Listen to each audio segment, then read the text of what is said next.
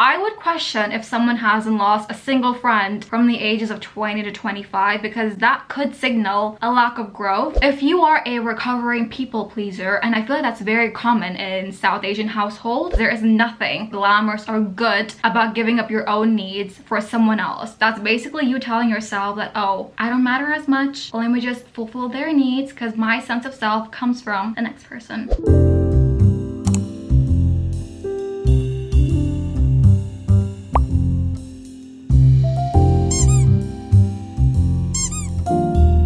Hey guys, and welcome back to my channel. I don't know why I said it like that. If you're new here, my name is Maryam and we talk about all things fashion and lifestyle. We are going to be going to my very first Reformers Pilates class today. I have never tried Pilates ever. I always feel super intrigued whenever I see like people going to Reformer Pilates because of the machine thing. Like, I don't know what this was all about. I want to do a slick back ponytail. I first like to just brush my hair back with the gel, all my baby hairs. So because today's my hair wash day, it's like the perfect day to lather on product because we're gonna wash it anyways. Okay guys, I need to show you my new bag. I love it so much. Now that we're in autumn, I try to say autumn and not fall because every time I say fall, my British friends are like, don't say that. Anyway, so now that we're in autumn, this is gonna be the bag I'm gonna reach for. Two things. Number one, love languages. I feel like whenever we talk about love languages, we place like a really big emphasis on how the people around us, be it our family members, our friends, our partner, how they show us our preferred love languages. And I feel like oftentimes it's kind of overlooked, us showing ourselves love and the love languages that we really care about first before expecting it from someone else. Having said that, I don't think that expecting things from others is bad. I feel like we should first meet those standards ourselves and do those things for ourselves before we place a big emphasis on others doing it for us. And I feel like personally, now that I'm 25, and when I was like maybe 20, 21, I didn't give much value to showing myself love and the love languages that I value. I kind of would put that expectation on others, and while that's fine, I feel like it can be a bit unfair to not do it for yourself first, because you're supposed to love yourself so much and value yourself so much that you do the things for yourself because you want to. I think it should come as like a byproduct of loving and caring and respecting yourself. So with quality time being my number one love languages, you guys, I love going on solo dates, just even taking myself out to my local park. Like, that's like my favorite form of thing to do.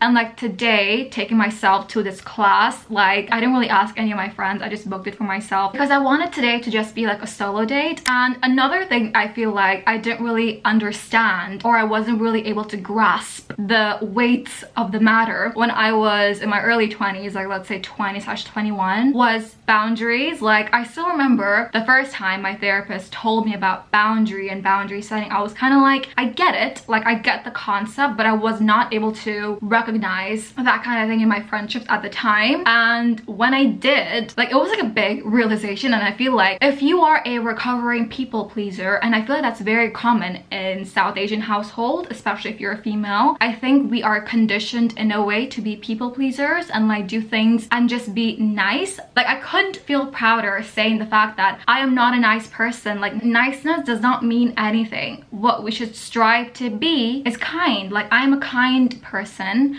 but I will not be nice and let someone walk all over me and not stand up for myself. Like, please never strive to be a nice person. You can be kind, you can be pleasant, but do not be nice and self-sacrificing, because there is nothing glamorous or good about giving up your own needs for someone else. That's basically you telling yourself that, oh, I don't matter as much, let me just fulfill their needs because my sense of self comes from the next person, which is so bad.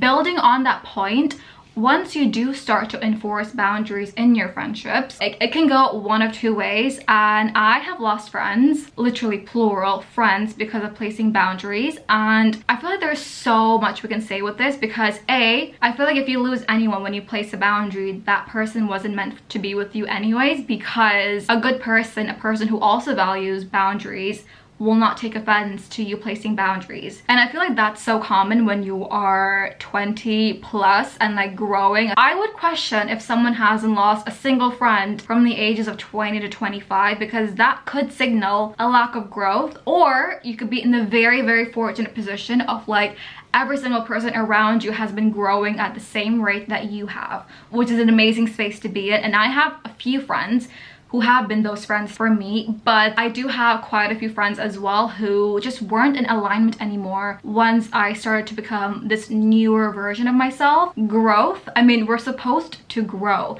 There are some people who won't like the growth on you. I watched this reel. She basically says that when you place a boundary, the other person can feel threatened because the person that they thought you were in their heads in a way has died, like bit dramatic, and they're fighting to get that person back, whereas that person doesn't exist anymore because you have evolved. You should never feel bad for evolving because we are meant to change. That's just how things are. If you guys want more content like this, where like we talk more, you know, about the deeper things in life, let me know in the comments below. But yeah, right now I feel like it's best we head out.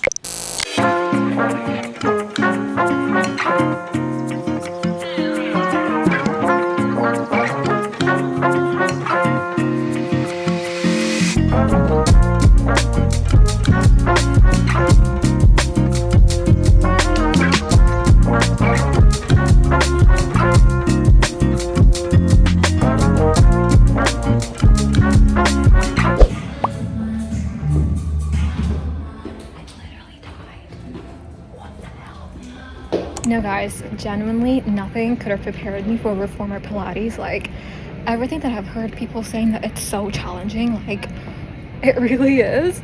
Like I'm not lying, some of the moves I couldn't even do. Like my legs are shaking right now and I'm on my way to Blank Street right now to recoup.